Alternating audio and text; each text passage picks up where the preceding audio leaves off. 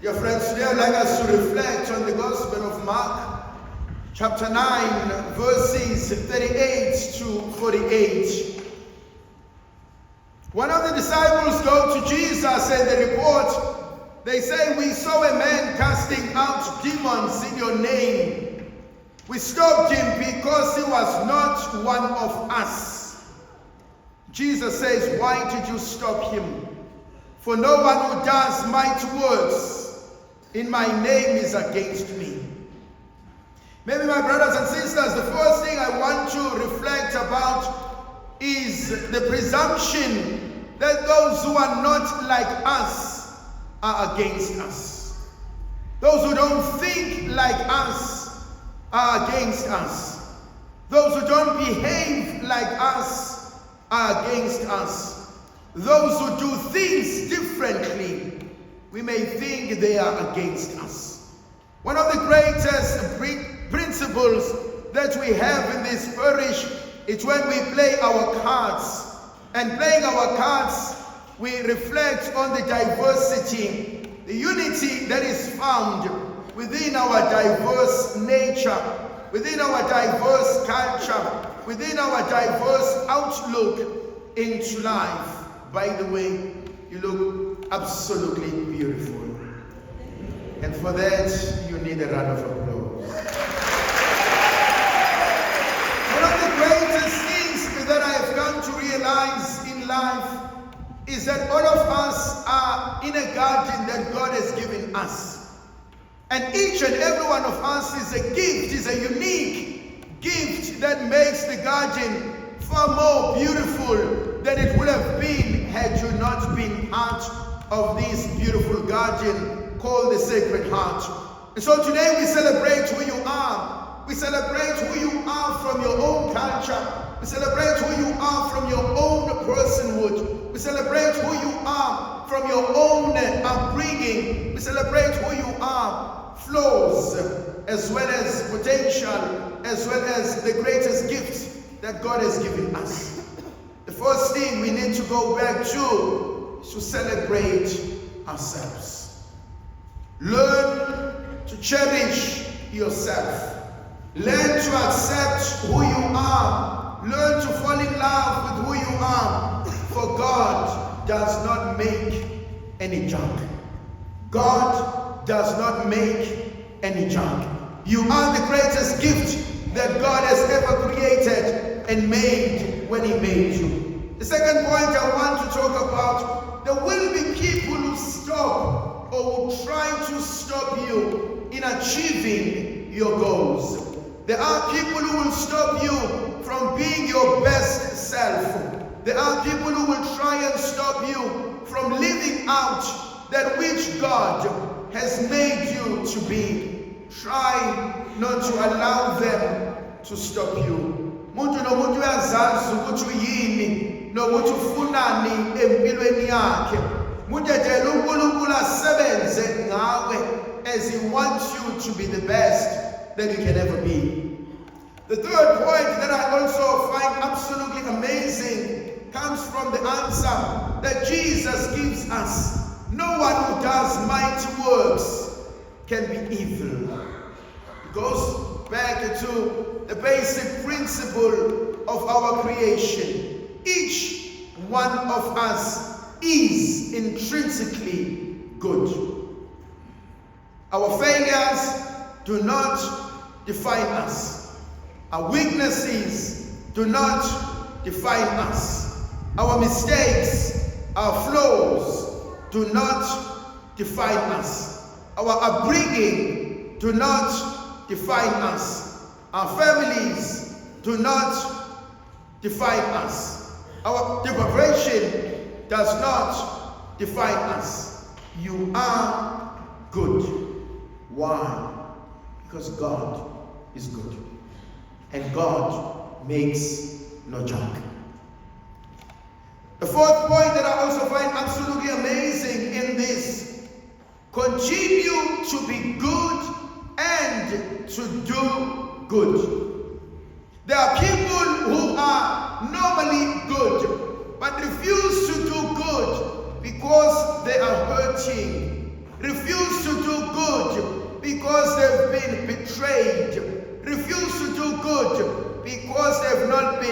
appreciated.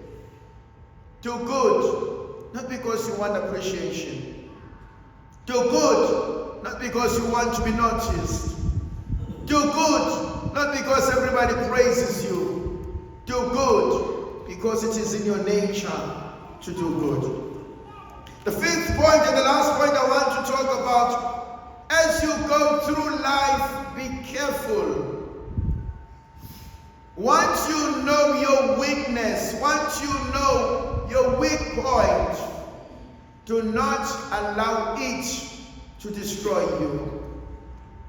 The author gives us an example. If your eye makes you to sin, plug it out. If your hand causes you to sin, cut it off. If any of your ligaments or your limbs causes you to sin, cut it off. And so choose the basic principle. If you know this is not good for you, chuck it out of your life. If it means family members, friends, colleagues, you name it. If it is not good for my well-being, if it costs me my peace, walk away. Thandwa zami namhlanje sisenkonzweni uNkulunkulu asibizele yona enamandla ejulile. UJesu ufika abafundi bakhe kuyena bathi Nkosi sibone ekhipha amadimoni ngegama lakho sase siyamxosha. Uma bemxosha thandwa zami ingoba nakho akasiye omunye wabo. Kunale nkonzo esingenele njengabantu kwesinye isikhathi la engifuna umuntu abange njengami, la engifuna umuntu abehave njengami, la engifuna umuntu abe photocopy yempilo yami. Miningi imshado enimele because uma ufisa umkhwenyana wakhe acabangise okwakhe. Miningi imshado elimele because uma ufuna umkhwenyana wakhe abehavise okababa amzalayo. Miningi imshado elimele because kunentombazane ebone ubaba ehlukumeza uma yase ifuna ukuzolungisa indaba kababa kumyeni wakhe oseshade naye. Miningi imndeni ehlukumezekile because inomntwana ozalelwe emndenini wabona abazali bexabana, wabona abazali bengathandani. What's the first thing I need to do? Mase ngikhulile ukuyoshada. Wayesefuna ukuperfecta i-childhood yakhe emshadweni, walimaza umyeni wakhe ngecala elenziwa ubaba wakhe. Baningi abantu abafela izinto abangasenzanga. Baningi abantu abakufiksayo bengafiksi wena, kahle kahle bafiksa uqobo lwakho. Khona umuntu wesilisa okhule ebona uma wakhe echithela ubaba wakhe, uthe seshada akaphindanga wamthemba umuntu wesifazane because ubonile uma edlala ama-games wayeseyitshela ukuthi nalona uma esenze nje usenza okwenziwa umama. Baningi abantu abalimele abacoshe amabhodlela angaphihlizwanga yibona. Baningi abantu abalimele abahamba phezu kwezinto eingabekwanga ibona. Konje uqale ngihlala kuyona Nkosi abafani nathi. Ayibi buhlungu lento yokufuna umuntu enze okufuna wena. Ayibi buhlungu lento yokufuna umuntu enze masekuthanda wena. Ayibi buhlungu lento yokufuna umuntu ajabule ngoba sekujabule wena. Because mengayenzi lento seyisitha sana. Kwesinye isikhathi ithandwa zami akuve kukuhle ukuphikisana ngembono. Akuve kukuhle ukulalela ukuthi hayi mina bengaboni kanje, wena bewubona kanjani. Ayikho ingozi lento yokuyitshela ukuthi ngoba nakho ngiyindoda mina ngingcono. Abingozi lento ngoba nakho ngiyindoda ngazi kangcono. Abingozi lento ngoba nakho ngiyindoda yimina ogqoka ibhulukwe la ekhaya noma ungathini egcineni isinqumo sokwenziwa yimina. Abingozi lento ezothi ungapaquze kodwa mangithe angifuni ngeke yenzeke. Ingozi lento yokuyitshela ukuthi izinto azenzeki ngaphandle kwakho. Ingozi lento yokuyitshela ukuthi ngoba unemali uzosiphatha.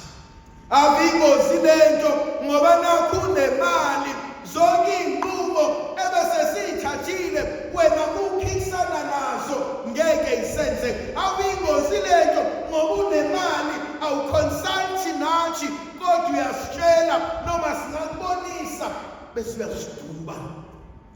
Ingozi lento uthola ukuthi umuntu wesifazane hola kangcono kunendoda. Mhlawumbe umuntu wesifazane akanayo inkinga ukuthi uhola kangcono kodwa ingozi into yokushada umuntu insecure. Because every time you need to explain yourself why I do the things that I do. Sibanibani bemfisa baby sifaka ama-tiles la endlini just because ubaba amafanza wavuma wafaka ama-tiles sewumcele for 3 months akawafakile uyabuya one day usuwafakile useqhuva umlomo akasakukhulumisa. Inkinga hayi ukuthi ufaka ama-tiles, inkinga ufaka ama-tiles yena anga-afodanga ukwafaka. Kwesinye isikhathi ave ibalulekile inkonzo ukwamukela ukuthi sithando sami ngiyakuthanda whether unemali noma unayo. Sithando sami ngiyakuthanda whether influential noma unayo. Sithando sami ngiyakuthanda kahle kahle siyaphilisana. Sithando sami ingozi lento yokuyitshela ukuthi ngoba nakho ngimdala ngeke ngitshelwe ingane encane. Ingozi lento yokuthi noma usumdala bese ungena ehlathini sewungena entweni ezokulimaza akekho okwazi ukukukhuza akekho okwazi ukukutshela kodwa baba awuboni yini ngoba wena uhlezi ukuyitshela angisoze ngatshelwa yingane. Umuntu ohlakaniphile uyazi ukuthi uthe uNkulunkulu memdala akaza kubekela amehlo esiphundu kunezinto engeke ngazazi. Enye into engithintayo bathi mase befuna ukumnqabela bese beyomceba kuJesu. Mabefika kuJesu bathi Nkosi simbone enza ukuthi. Ingozi indaba yabantu abajaja bengakwazi abakwahlulela bezwile ngawe uzumuzo omunye umuntu athi mina kade ngazi ngawe imangiqala ukubona abangitshela kona ngawe nengikubona manje kwaze kwahluka. Ingozi into yokuhamba nabantu abane-idea ngawe wena ongayazi.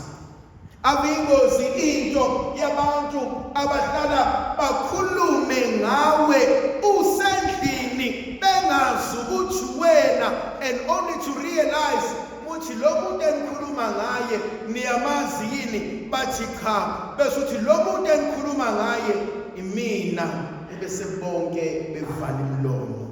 Ingozi into yokuzonda umuntu ungazi ukuzondelana except uyamzonda lo muntu ngoba akazwani lo muntu ozwana nawe. Point yesithathu engithintayo bathi sebeyile kuJesu beyoceba. uJesu ukhuluma isizulu esijulile thamdoko eligayelweni linanelo. Ave ngithanda umuntu sebekhulume konke ngawe ebesethi ume kwenzile pho wena ungenaphi. Uma ekona konke lokho kushoyo pho wena ungenaphi ngoba nawe unendaba zakho ngoba nawe siyakwazela indaba ugiye ngethambo likaloya ngoba nawe siyakwazi nje bapha abantu abakwazi ukumela iqiniso. Ave ingozi umuntu othanda ukulalela indaba zabantu ayijabulise ngey'ndaba zabantu, ave ngimthanda umuntu okuthi uma ngiqala indaba yomuntu athi sibanibani ngicela ungangifaki ngoba masingena kwezakho zizokubinda. Sanibona ithemba zami. Ngiyabona ngasane ngiqalela elathini ngehle ngigudla indlu ngiphumele ngaphansi ngizogcina la akekho umuntu ongenazo indaba zakhe, ingane encane kuphela esandla zami. Sonke nje bakuthiwa sikhipha nama-files ethu singaxoxelana nje, hayi wena hawu ngempela uvuke phi izolo namhlanje, hawu namhlanje kwenze njani, yabo sonke sinama-files ethu. And so into yami simple, uhlekelani ngokomuntu just because asikakakubamba, or just because asikaka-expose, just because hawu nawe kanti nje. So kuba khona enye ipoint engithintayo uJesu ayishoyo. uJesu akekho umuntu owenza okuhle egameni lami aphinde enze okubi nokungcolile, iyangishaya-ke le. Ngoba into yokuqala uJesu ufuna ukungitshela ukuthi akekho umuntu omubi. Sonke sizithando zezulu. Yebo ungawenza amaphutha, yebo ungahluleka, yebo ungazenza izinto ezilihlazo neziliqilo, but deep down khona ukuhlala kwenza. Yabona ithandwa zami mangasane ngikhokusela baba. Ngenza umzekeliso nje kancane sabona baba. Kwaphela. Nangu uLeroy. Kunesayidi engilaziyo ngoLeroy. Kunesayidi olaziyo ngoLeroy. Ungamzonda wena uLeroy, ungamkhuluma kabi uLeroy, ungamqhaba ngenhlamba uLeroy, umpende kona konke, and mhlambe lokho okushoyo kuliqiniso. Kodwa kumele wazi ukuthi nami ngine-experience ongenzeka ihlukile kuneyami. Angamubi ngakho konke, angaba isikhohlakali kona konke, angakwenza konke. Lento ngiyibona kubantu ababizwa ngama-drug lords, kubantu ababizwa ngenkabi, kubantu abasatshwayo ngaphandle bamagubesi. Kodwa mayisefika ekhaya indodakazi yakhe igona kuyena ithi dedi sewubuyile, ngiyajabula ukhona ekhaya. No one is intrinsically evil. Khona ingozi esiyenzayo yokufuna ukuthi isitha sami asiphenduke isitha sakho. Engikuzonda ngoLeroy, ngifuna bonke abantu bangizonde ngoLeroy, kube khona ozofika athi but yazi uLeroy he's so good, but uLeroy is so helpful, but uLeroy wenza ukuthi nokuthi. Ithi mina ngiyakuzwa konke kodwa niyamazini wenza ukuthi nokuthi. Why? Sikhi isidingo. Yebo baba. Chi omunye umfata masikhuluma naye sixoxa uthi kwasekushone usibanibani, ngeke ngibize ngegama, uthi bese shonile usibanibani kumlindelo wakhe, bese kusukuma omunye ethe baze bakhuluma kahle ngale ndoda, kodwa ubuwazi le ndoda bese kuyofata omeka kancane mfowethu, ngicela ungangixoxeli ukuthi ube yini, ngicela ahambe emehlweni nami nalesi sithombe enginaso ngaye. Musukudunga lesi sithombe enginaso. Phuzu lami lokugcina engifisa ukuhlala kulona ithandwa zami, uJesu uma into yakhe ibonisa suse.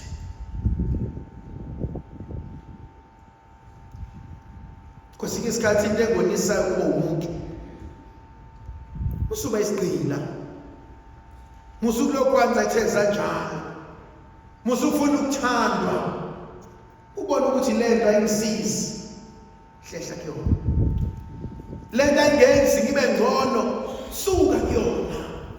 Ngiyakithi mina ngiyamcabela umuntu ozongizonda ngizondela iqiniso kunomuntu ozongithanda ngithandela amanga. Azi ukuthi sasikwenzi lokho, asihlali la abamaziyo kahle Mangakhulumanga ngomlomo uzokhuluma ngehlo. Ngibuza ukuthi wenzani manje? Sekwenze njani? I don't believe ukupretend ngihleke ukuganga kwenze engalungile. No, wenzani? Umntana wenzani? If into ingakusiza ukuya kuNkulunkulu, kuhlaleleni kuyona.